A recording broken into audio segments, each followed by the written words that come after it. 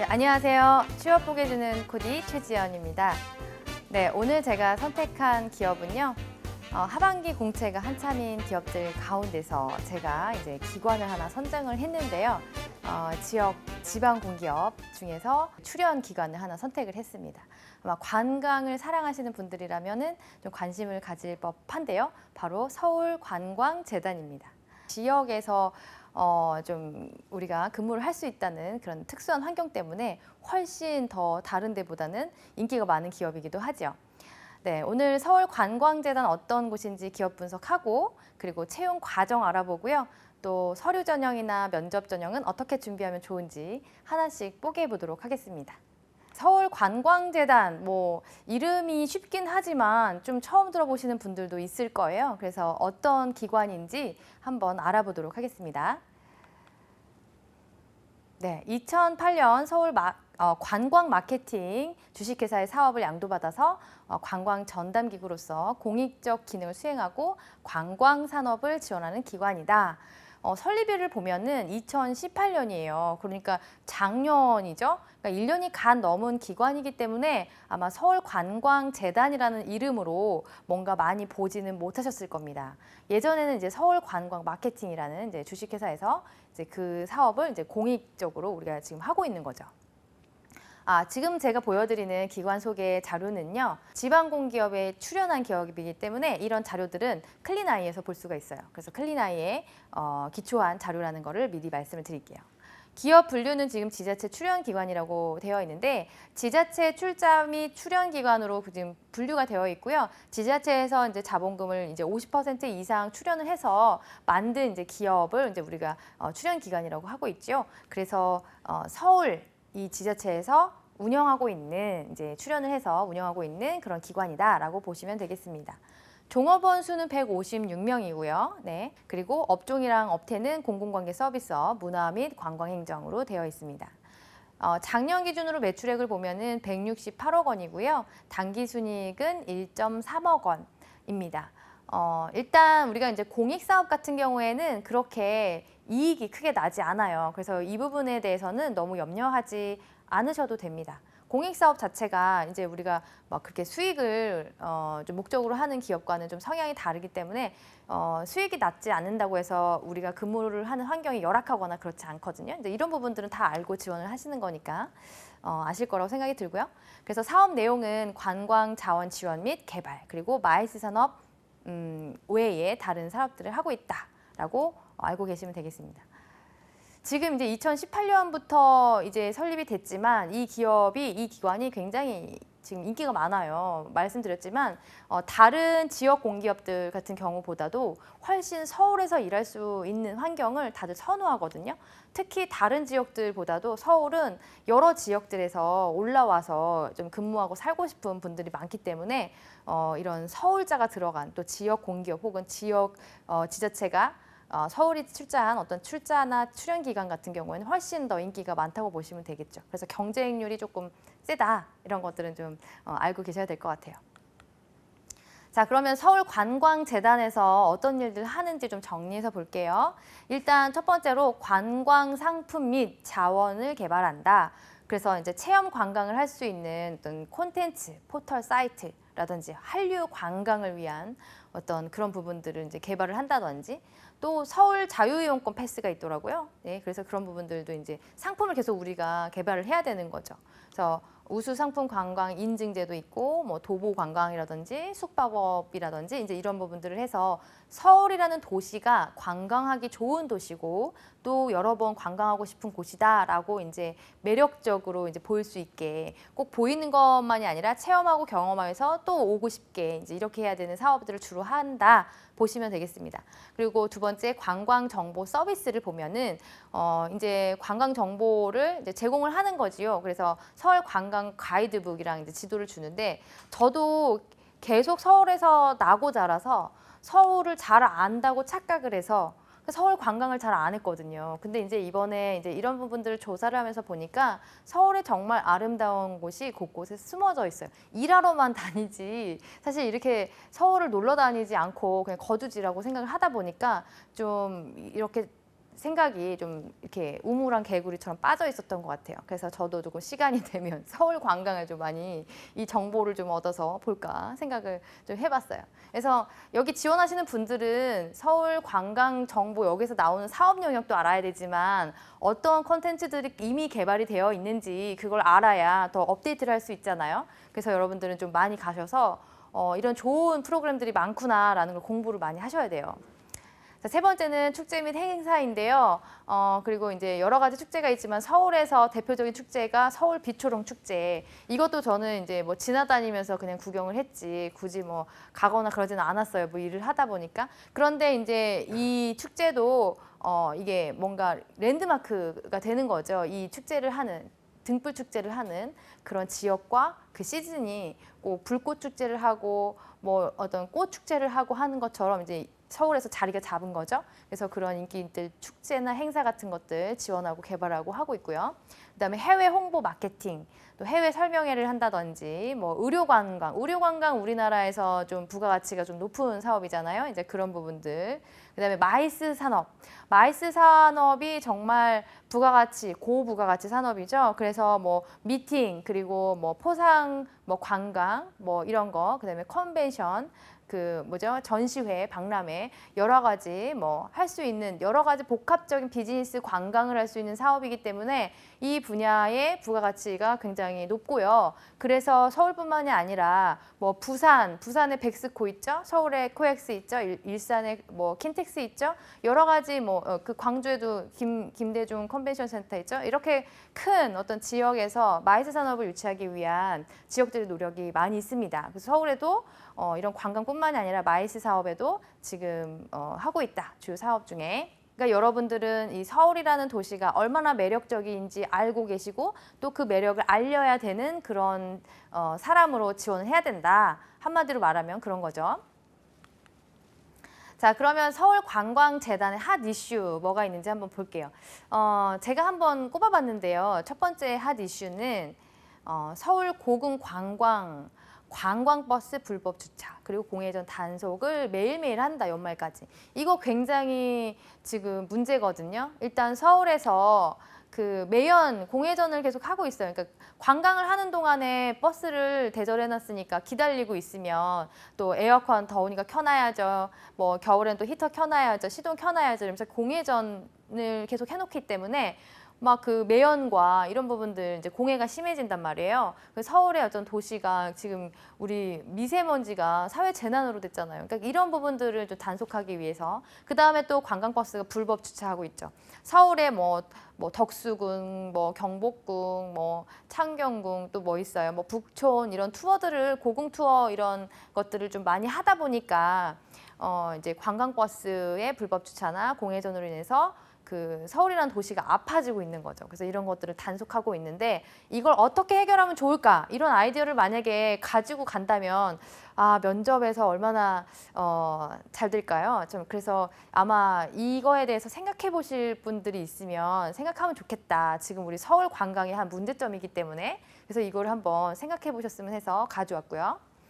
두 번째는 무장애 관광도시 환경조성이에요. 무장애 관광도시라는 것이 사실 관광은 누구나 기쁘고 행복하게 좀 그런 추억을 경험을 하고 싶은데 관광 약자들이 있잖아요. 예를 들면 노인분들도 될 수 있고 그 다음에 영유아를 동반한 엄마들, 그 다음에 장애가 있으신 분들 이런 분들은 뭐 이렇게 관광을 하고 싶어도 자유롭게 돌아다닐 수가 없어요. 근데 서울이 이런 무장애 관광 도시라는 것들을 입증할 수 있고 그런 프리한 관광들, 마음을 먹으면 언제든지 기쁘게 찾아갈 수 있는 도시다라는 거를 좀 갖춰놓게 되면 얼마나 좋을까 그런 거죠. 근데 우리 일단 고궁 방문만 하더라도 턱이 있어가지고 휠체어 같은 것도 너무 힘들고 뭐 여러 가지 그런 게 있잖아요. 그래서 지원 인프라를 어떻게 하면 좋을까 좀 고민을 해보신다면 좀 좋을 것 같다는 생각이 들었어요. 그래서 이미 뭐 다른 해외에서는 무장애 관광 도시를 위해서 많은 노력들을 하죠. 그래서 누구나 관광할 수 있는 프로그램, 누구나 관광할 수 있는 도시 개발,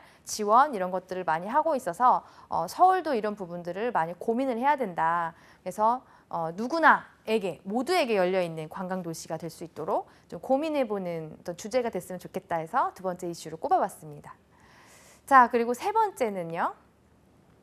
숙박과 이제 K-팝 댄스 체험을 연계한 프로그램이 인기 있다라고 해서 제가 가져왔는데, 사실 지금 우리나라에서는 K-팝을 가지고 많은 개발이 있었을 거예요. 많은 프로그램 개발이 있었을 텐데, 제가 이거를 가져온 이유는 뭐냐면 이거는 민간 숙박 업체에서 하고 있는 프로그램이에요. 근데 이게 너무 지금 예약하기가 어렵다는 거예요. 그러니까 개인이 하는 어떤 작은 규모의 숙박업에서 내가 이제 그렇게 숙박을 연계해서 여기를 오면 홍대에 있다고 해요. 그래서 홍대에 오면 잘 수 있고 또 스튜디오에 들어가서 K-팝 댄스를 좀 배워보고 체험할 수 있다. 이렇게 프로그램을 연계를 해놓으니까 그 숙박 업체만 계속 막 부킹을 하려고 서로 난리가 난다는 거죠. 그래서 이런 인기 있는 프로그램, 외국인들, 뭐 우리나라 내국인이 관광하는 프로그램 개발도 되게 중요하지만, 지금 이제 그러면은 민간에서 작은 규모에서 이렇게 하고 있으니까 이런 수요를 파악하고 하는 거에, 어떤 욕구를 파악하고 하는 거에 좀 도움이 될까 싶어서 세 번째로 꼽아봤어요. 제가 항상 이제 이슈를 3가지씩만 꼽아드리다 보니까 더 많은 이슈가 있는데 못 꼽아드리는 게 조금 아쉽기는 해요. 하지만 여러분들이 이제 또 관심 분야가 다 다르기 때문에 더 찾아보셨으면 좋겠고, 또 특히나 여기에선 제가 마이스 산업에 대한 이슈는 꼽지 않았거든요. 그래서 추가적으로 좀 많이 찾아보셨으면 좋겠습니다. 그럼 두 번째로 넘어와서 채용 절차 살펴볼게요. 자, 일단 이번에 이제 하반기 채용 기준으로 보면은 이제 매년 공개 채용을 하고 있고요. 정규직으로 채용을 하는데 수습 기간이 2개월입니다. 그래서 일반 행정 사무로 15명을 뽑고 있고 6급 신임으로 뽑고 있는데, 제가 이제 이거를 보여드리면서 조금 안타까운 건 뭐냐면 직무길서가 올라와 있지 않았어요. 그래서 이 재단에서 채용할 때 다음에는 좀 직무길서를 같이 올려주셨으면 좋겠다 하는 바람입니다. 왜냐하면 우리가 이제 취업 준비생들은 이 서류, 그리고 또 그 직무의 어떤 이해도를 높이고 내가 뭘 준비하고 뭘 어필하면 좋은지 되는 기초 자료가 직무기술서인데, 직무기술서가 별도로 없고 그냥 일반 행정 사무만 15명 뽑겠다 이렇게 되어 있어서 사실 준비하기가 조금 어려울 것 같다는 생각이 들어요. 직무 내용을 정확하게 모르기 때문에. 그래서 직무기술서가 없어서 저는 기존에 오프닝이 났을 때, 공개 채용에서 났을 때 줬던 정보를 조금 정리를 해서 가져왔고요. 그리고 기관의 주요 기능을 좀 가지고 왔어요. 이 기관이 어떤 일을 하는지를 조금 파악을 하신다면 사무행정들이 비슷한 이런 일들을 하겠구나, 연관된 일들을 하겠구나, 이제 이해를 조금 도울 수 있을 것 같아서. 그래서 이 기관은요, 관광 자원 개발, 상품화, 관광 콘텐츠를 좀 확충하는 일 하고 있고, 마케팅 하고 있고요. 그리고 뭐 국제 회의, 뭐 인센티브 관광, 이게 마이스죠. 기업 회의, 인센티브 관광, 국제 회의, 전시회가 마이스예요. 그래서 지금 앞에 글자를 다 따서 마이스라고 하잖아요. 그 마이스 산업 지원, 그다음에 관광 안내 서비스 제공, 그다음에 관광객 편의, 관광 여건 개선, 불편한 것들을 우리가 이렇게 개선하면 좋겠어요. 서울 관광을 할 때 이런 아이디어를 많이 가져가면 좋겠죠. 뭐 이런 일들을 하고 있다. 그래서 사무행정들이 그동안 했던 일들 이제 공시된 걸 보면 경영기획에서는 경영평가, 성과평가, 조직 중장기 비전, 뭐 경영전략 수립으로 이제 공개가 된 적이 있었고, 회계, 재무회계 쪽에서는 회계나 자금 운용 결산, 재무제표 작성된 게 공개가 된 적이 있었고, 총무 직무에서는 자산이나 물품 관리, 재물 관리, 그다음에 이제 뭐 그룹웨어 운영 관리, 재난 관리, 뭐 이런 것들이 있었어요. 그래서 좀 참고를 하셔서 일단 이 기관이 어떤 사업을 하는지를 정확하게 이해하는 것이 중요하고요. 그리고 사무행정이라고 해서 우리가 뭉뚱그려서 있지만 언제 어떤 일을 할지, 순환직을 할지 모르기 때문에 경영 지원 직무에서는 이제 이런 행정 직무에서 주로 이런 일들을 하는구나, 이게 좀 감을 잡으셨으면 좋겠습니다. 지원 자격을 보면 공통 자격은 일단 2020년 1월 28일부로 근무가 가능해야 되기 때문에 이제 졸업 예정자 혹은 졸업자여야 되겠죠. 그다음에 학력과 연령은 제한이 없어요. 근데 이제 우리가 6급 신입으로 뽑기 때문에 경력이 있어도 산정이 되지 않죠. 그래서 그냥 똑같이 신입으로 들어오셔야 돼요. 재단 인사 규정이 해당하지 않는 자, 이게 홈페이지에 가시면 이제 그런 25조에 해당되는 내용들이 쭉 있어요. 그다음에 병역 필도는 면제자여야 되고요. 관광재단 기관의 특성상 외국어 능력 보유자만 지원이 가능합니다. 그래서 제가 지원을 해보려고 이제 여러 가지 이제 켰는데 공인 어학 성적이 없으면 페이지가 넘어가지가 않아요. 그래서 여러분들이 정말 여기에 관심이 있다 그러면은 이제 그 점수를 보유한 상태에서 지원을 해야 되는 거죠. 그래서 이번에 만약에 그 점수가 준비가 안 됐다 그러면 다음번 채용을 노려보시고 또 어학 준비를 하시기를 바래요. 그리고 준비되신 분이라면 지금 기준 점수가 되어 있죠. 그래서 더 높다고 해서 가점이 있거나 하지 않아요. 그래서 그 기준 점수, 토익 기준으로 800 이상이면 지원을 할 수 있으니까 준비되신 분들은 좀 지원을 해보셨으면 좋겠고요. 채용 프로세스를 좀 볼게요. 그러면 서류에서는 이제 온라인으로 지원을 하게 돼요. 그래서 서울관광재단을 들어가셔서 공고를 클릭하셔서 지원서 작성을 누르시면 이제 홈페이지로 지원을 할 수가 있습니다. 그래서 내가 만들어 놓은 서류를 지원을 하는 게 아니라 홈페이지에 바로 입력을 해야 되기 때문에 오류가 날 수 있으니까 좀 입력할 것들을 다른 문서 파일에다가 일단 열어놓고 중간중간에 이제 임시 저장을 하면서 계속 진행을 하셔야 돼요. 지금 인기가 많아서 오늘 오프닝을 했는데 아마 접속 양이 이제 좀 많이 있을 것 같아요. 그래서 온라인에서는 10배수를 뽑는다. 그다음에 인적성을 보는데요. 인성 검사는 한 40분 정도 보고요.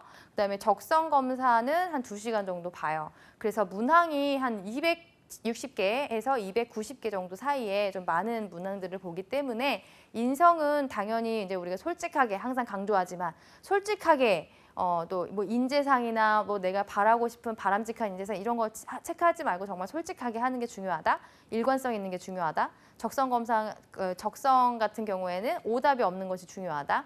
그리고 뭐 빨리 푸는 게 중요하다 이런 것들 이제 얘기가 있죠. 그래서 인적성에서 5배수로 추리게 됩니다. 그 면접을 가게 되면은 1차 면접, 실무 면접에서 면접을 보고 2배수로 추려요. 그러면 이제 최종 면접, 2차 면접만 남은 거죠. 2차 면접에서 둘 중에 하나가 붙는 거죠. 그래서 이렇게 공공기관 같은 경우에 공익 사업을 하는 기업 같은 경우에는 이렇게 채용해서 몇 배수라는 정보를 다 주기 때문에 여러분들이 이제 이런 걸 참고하셔서 준비할 수가 있는 거죠. 그리고 채용 검진을 통해서 마지막으로 이제 최종 합격을 하게 됩니다. 자, 그러면 이제 자소서 작성 방법 어떻게 하면 좋을까요? 네. 제가 서류를 봤더니 좀 이전하고 또 항목이 달라졌어요. 그래서 이제 이번에 기준으로 좀 말씀을 드릴게요. 총 6개 항목이 이제 제시가 되어 있고요. 각각 700자입니다. 한번 읽어보겠습니다. 관광재단, 서울관광재단에 지원하게 된 동기는 무엇이고 입사 후 달성하고자 하는 목표는 무엇이냐. 이거는 이제 우리가 공통적으로 궁금해하는 회사 지원 동기와 입사 후 포부죠. 그래서 뭐 300, 400으로 넣든 400, 300으로 넣든 아니면 350, 350으로 넣든 두 가지 내용을 다 담아야 되는 거죠. 지원 동기, 왜 관광재단에 지원을 했는지, 그리고 입사 후에 내가 어떤 직업 목표를 달성할 것인지 그거를 반반 나눠서 하셔야 되고 각 항목별로 소제목 잊지 마시고요. 그리고 700자라고 이렇게 제한이 되어 있잖아요. 그러면 자유 형식 같은 경우에는 내가 1000자, 2000자, 3000자 이걸 계속 쓸 수가 없기 때문에 분량은 어느 정도 써라 이제 뭐 제시를 할 수는 없지만 이렇게 제한된 분량이 있을 때는 가능한 700자를 다 채워주시는 게 훨씬 좋아요. 자, 그다음에 두 번째, 살면서 큰 장애물이 무엇이었고 난관을 어떻게 극복했냐. 뭐 글로벌 관광 마이스 시장의 주요 이슈는 무엇이냐. 뭐 다른 창의적인 방법으로 문제를 해결하거나 성과를 낸 거는 있느냐. 뭐 직무 수행에서 필요한 역량 두 가지는 무엇이냐. 뭐 협업했던 경험은 무엇이냐. 이런 것들로 내용을 써야 되거든요. 그러면 1번 같은 경우에는 굳이 내가 다른 어떤 인재상이나 이런 것들을 볼 필요는 없지만 나머지 것들은 조금 인재상이나 이런 뭐 경영 철학이나 이런 부분들 좀 참고하면 내가 잘 쓸 수가 있거든요. 그래서 인재상을 잠깐 볼게요. 서울관광재단의 인재상에서는 시민과 함께 서울 관광의 가치를 높일 수 있는 인재를 추구한다. 그래서 4가지를 꼽았는데 3개를 포용하는 전문가. 아무래도 뭐 내국인 관광객보다는 외국인 관광객이 많고 또 이제 비즈니스 관광 같은 경우에도 좀 국제회의 같은 걸 좀 유치하는 것이 좋기 때문에 다양한 문화에 대한 이해의 폭이 넓고 국제 동향에 민첩하게 대응하는 인재. 그러니까 이런 글로벌 역량이 있다는 걸 강조하고 싶으신 분들은 좀 관련된 거, 뭐 어학 성적, 경험 아니면 이런 것들 좀 잘 정리를 해놓으시는 게 좋을 것 같고요. 두 번째, 변화를 즐기는 혁신가인데 환경 변화에 유연하게 대처하고 변화를 두려워하지 않는 능동적인 인재. 관광 산업이 사실 그 사회적 정치적인 이슈에 많은 타격을 받아요. 뭐 사드 문제, 뭐 일본, 뭐 경제 보복 이런 것 때문에 외국인들의 발길이 끊어지기도 하고 갑자기 산업도 죽지만 다양한 산업이 죽지만 관광은 사실 필수 요소는 아니기 때문에 큰 타격을 많이 받거든요. 그래서 이런 사회적인 부분, 문화적인 부분, 정치적인 부분 이런 부분들에 좀 능동적으로 그리고 유연하게 빠르게 대처할 수 있는 인재 그리고 트렌드, 관광 트렌드를 좀 빨리빨리 좀 그 캐치하는 게 중요하죠. 그래야지 좀 매력적인 관광 프로그램이나 콘텐츠를 개발할 수 있으니까. 그래서 그런 부분에서 변화를 즐기는 혁신가. 그다음에 세 번째는 종합적으로 사고하는 전략가, 문제 해결.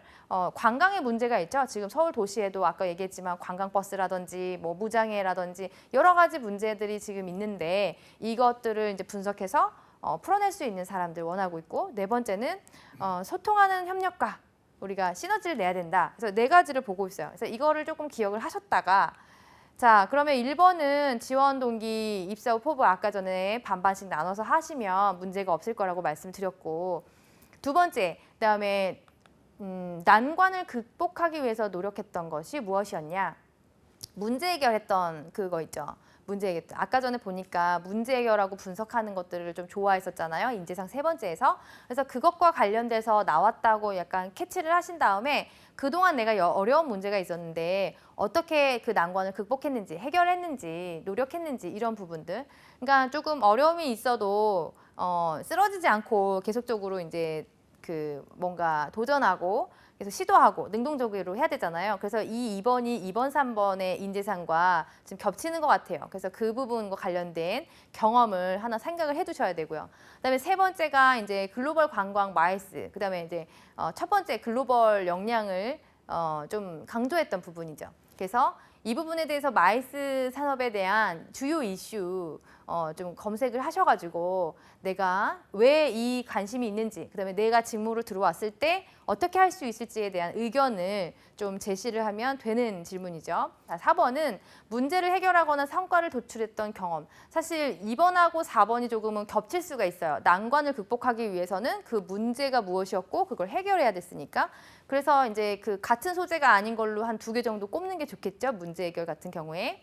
그다음에 5번째는 내가 직무 수행, 사무행정으로 뽑는데 거기에서 직무 수행을 하기 위해서 필요한 역량 2가지가 무엇인지 그다음에 이 강점에 대해서 내가 경험으로 얘기를 해라 하는데 아까 전에 소통하는 인재, 협력하는 인재 이런 것들이 있었잖아요. 그래서 그런 부분들이 뭔가 기관과의 협업, 인프라 구축, 지원 이런 부분에서 중요하다. 예를 들면 이제 그런 것들을 하나 넣어가지고 학창 시절에 혹은 과거에 아르바이트 할 때 혹은 뭐 이전에 어떤 뭐 프로젝트를 할 때 그렇게 해서 잘 완수한 적이 있다라는 경험과 함께 들어서 쓰면 좋겠다라는 생각이 들고요.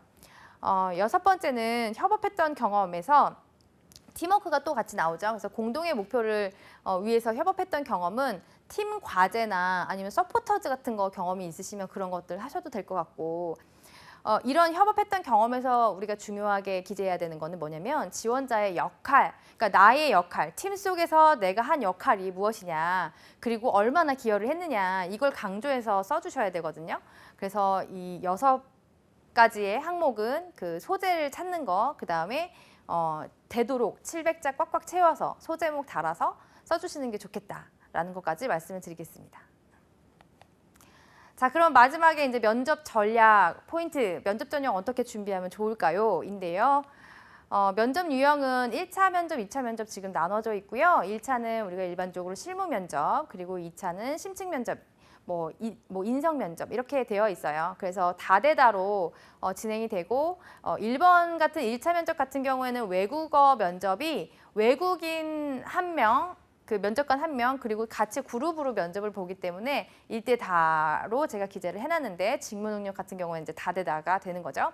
그래서 외국어 면접은 영어나 중국어나 일본어 중에서 선택할 수 있고 그 외에 외국어 능력이 있으신 분들은 또 이제 그걸로 보실 수가 있어요. 여기에서 이제 외국어 면접을 다녀오신 분들의 경험을 비춰서 얘기를 해보면 똑같이 그 일상적인 회화와 어떤 이런 소통이 가능한 거를 보는 거지, 원활한지를 보는 거지, 어떤 고급 어휘, 뭔가 능숙하게 전문적인 어떤 너무 이렇게 부담을 가질 필요는 없다. 긴장하지 않고 편안하게 이야기를 할 수 있는 수준이어야 된다. 이런 부분을 이제 계속 얘기를 하고 있어요. 2차 면접에서는 다대다로 이제 보는데 여기에서 PT 면접이 있고요. PT 면접은 여러 가지 주제를 주고 거기서 선택해서 그 브리핑을 하는 스타일인데 예를 들면 이제 관광, 지금 서울 도시나 어떤 관광에서 문제점을 내가 개선하고 아니면 어떤 이슈에 대해서 내 의견을 내는 그런 주제들이 대부분 있어요.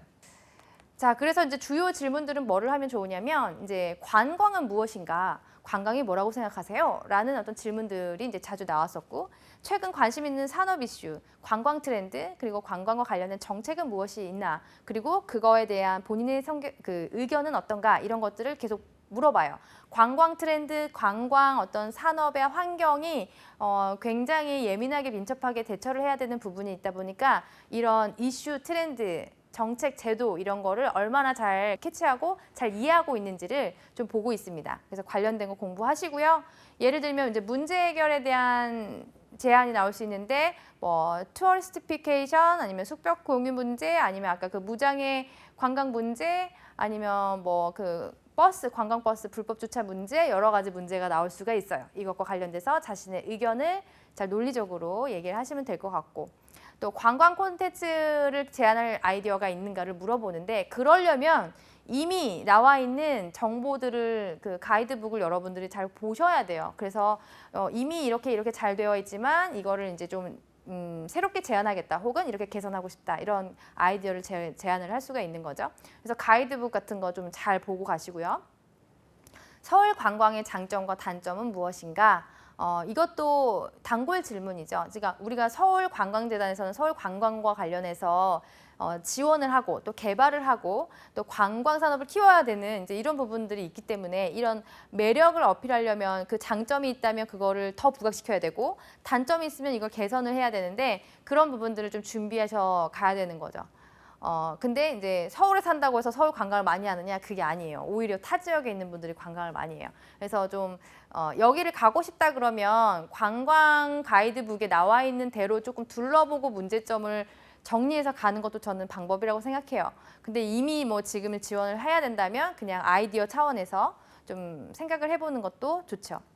그 다음에 추천하고 싶은 관광지는 어디인가? 당연히 이제 서울 내에서 추천을 하기를 바라고 그 숨은 곳이었으면 좋겠다. 이런 부분들을 좀 말씀을 드리고 싶습니다. 네, 오늘 제가 소개한 기업은 서울관광재단이었어요. 네, 서울관광재단. 네, 서울에서 거주하면서 또 그 근무를 하고 싶은데 더욱이나 또 즐겁고 재미있게 일을 할 수 있는 어떤 그런 사업 내용이라면 얼마나 좋겠어요. 그래서 인기가 참 많은 기관이기도 합니다. 그래서 오늘 제가 소개해드린 어떤 팁들이 좀 많이 도움이 되셨기를 바라고요. 하반기 때 여러분들 꼭 취업 성공하셨으면 좋겠습니다. 오늘도 시청해 주셔서 감사합니다.